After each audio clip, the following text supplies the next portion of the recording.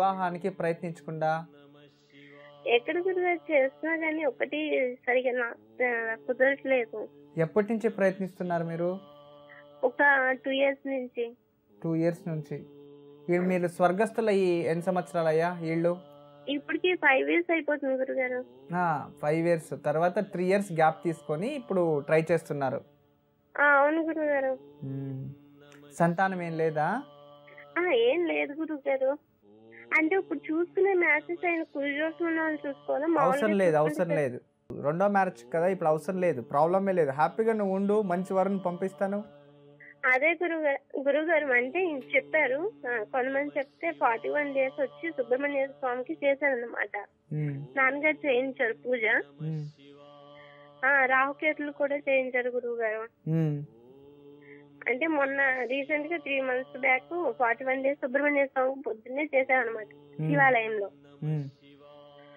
నాగదోషం అంటే ఏమీ లేకుండా రాహుకేతులు కూడా చేయించారు నాన్నగారు. ఇవన్నీ నాకెందుకు చెప్తున్నారు? మీరేం పూజ చెప్పకండి గురువుగారునా. అదేం కాదు గురువు గారు, అంటే యాంగ్జైటీగా ఉంది, మీకు కాల్ చేసి అట్లా అనుకోలేదు. Okay good. Software IT department లో వర్క్ చేసావు, మంచి షార్ప్ గా ఉన్నావు. ఎలా ఉండాలి నువ్వు? పటా పటా పటా అని మాట్లాడాలి. అనుకోలేదు గురువు గారు మీకు కాల్ చూసి. సరే తల్లి, గాడ్ బ్లెస్ యు. మంచిది. నా గురించి ఇంట్లో అందరూ బాధపడుతున్నారు. ఇక బాధపడాల్సిన అవసరం లేదు తల్లి, నేను మాట్లాడేశాను కదా, ఇంకేముంది బాధ? పెళ్లి చేయడం ఒకటే. ఫ్యూచర్ ఎలా ఉంటుంది గురుగారు? బాగుంది, ఫ్యూచర్ చాలా బాగుంది. నువ్వు ఇప్పుడు మ్యారేజ్ చేసుకో, తర్వాత మ్యారేజ్ లైఫ్ అయిన తర్వాత ఒక చేతికి ఒక బేబీ వచ్చిన తర్వాత నీ ఫ్యూచర్ తెలుస్తుంది అప్పుడు నీకు. ఎందుకంటే నువ్వు ఇప్పుడు ప్రజెంట్ చేయాల్సి ఉండేది 48 days, 48 రోజులు. ప్రతిరోజు ఉదయాన్నే చేతిలో కొబ్బరికాయ తీసుకొని గురు దేవాలయం, దక్షిణామూర్తి, సాయిబాబా ఇలాంటిది ఏదైనా గురు దత్తాత్రేయ స్వామి దేవాలయంలో ఎక్కడైనా 18 ప్రదక్షిణలు చేసి ఆ ఒక కొబ్బరికాయని దక్షిణ తాంబూల సమేతంగా దానం ఇచ్చేయాలి. ఇలా 48 రోజులు నువ్వు చేసావంటే అది ముగిసిన 3 మాసాల్లోనే నీకు వివాహం నిశ్చయం అవుతుంది. జ్యేష్ఠపుత్రుడు రెండో వివాహానికి వెళ్తావు. పరమటి దిశ నుంచి వస్తాడు తల్లి. ఇది ఐటీ డిపార్ట్మెంట్లో నేను ఉద్యోగం చేసుకుంటాడు, మంచిగా అవుతుంది తల్లి. ఎప్పుడు మా ఆశీస్సులు ఉంటాయమ్మా. నమస్తే. పుష్పలత గారు విన్నారు కదా, గురూజీ చెప్పింది పాటించండి, తప్పకుండా శుభం జరుగుతుంది. గురూజీ అనంతపురం నుంచి భాస్కర్ రెడ్డి కాలర్ లైన్లో ఉన్నారు, వారితో మాట్లాడదాం.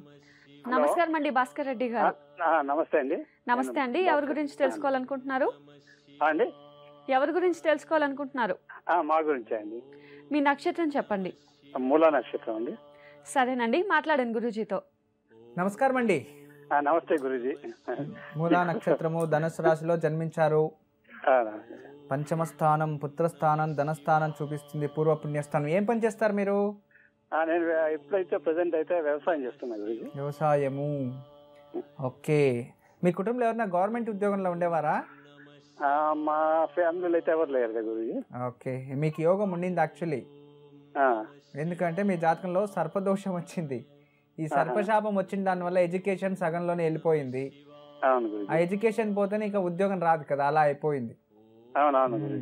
అయితే మీ జాతకంలో పూర్వ పుణ్య స్థానంలో సర్పం రాహు ఉన్నాడు కాబట్టి సర్పశాపం ఉంది. అందుకే మీ జీవితంలో మీరెంత కష్టపడినా ప్రతిఫలం రాదు. లేదు, రిటర్న్ లేదు. అదే మీరు వేరే వాళ్ళకి అడ్వైజ్ ఇవ్వండి, వాళ్ళకి బాగా అయిపోతుంది మళ్ళీ.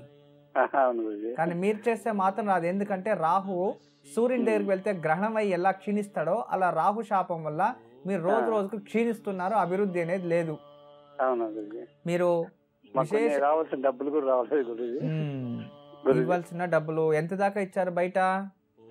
మేము ఇచ్చింది కాదు గురుజీ, కొంచెం ఏదో కొంచెం దీని వల్ల రావాల్సింది ఉండేది, రాలేదు. ఓకే, మీకు రావాల్సి ఉండేది. అవునవును గురుజీ. Okay, right. సరే, నేను త్వరగా అవన్నీ వచ్చేయచ్చు, పరిహారం చెప్తాను, అది చేయండి.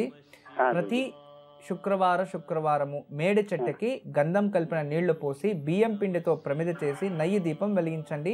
మేడి చెట్టు మొదల్లో 16 శుక్రవారాలు. ప్రతి గురువారం పసుపు రంగు గుడ్ల వేసుకొని గురు దేవాలయం 18 ప్రదక్షిణలు వేసి పసుపు రంగు గుడ్డ 1 శనగలు దానం ఇచ్చేయండి. ప్రతి ఆదివారం రోజు గోమాతకి గోధుమలు నానబెట్టి తినబెట్టి 5 ప్రదక్షిణలు. ఇది మొత్తం 3. ఈ ఒక 16 వారాలు చక్కగా చేసుకుని వస్తే అది ముగిసేలోపే మీ జాతకంలో ఉన్న దోషము వెళ్ళిపోతుంది, ఆర్థిక స్థితిలో అభివృద్ధి, ఇచ్చిన డబ్బు తిరిగి వస్తుంది, సరిపోతుంది. మొత్తానికి ఎప్పుడైనా ఒకసారి మీరు సర్ప సంస్కారం కానీ లేదా నాగప్రతిష్ఠ, సర్ప సంస్కారం ఇలాంటిది, లేదా సర్పానికి ఏదైనా శాంతి పూజ చేసడం మంచిది. ఇవి చక్కగా చేసుకోండి. ఎప్పుడు మా ఆశీస్సులు ఉంటాయి. నమస్తే.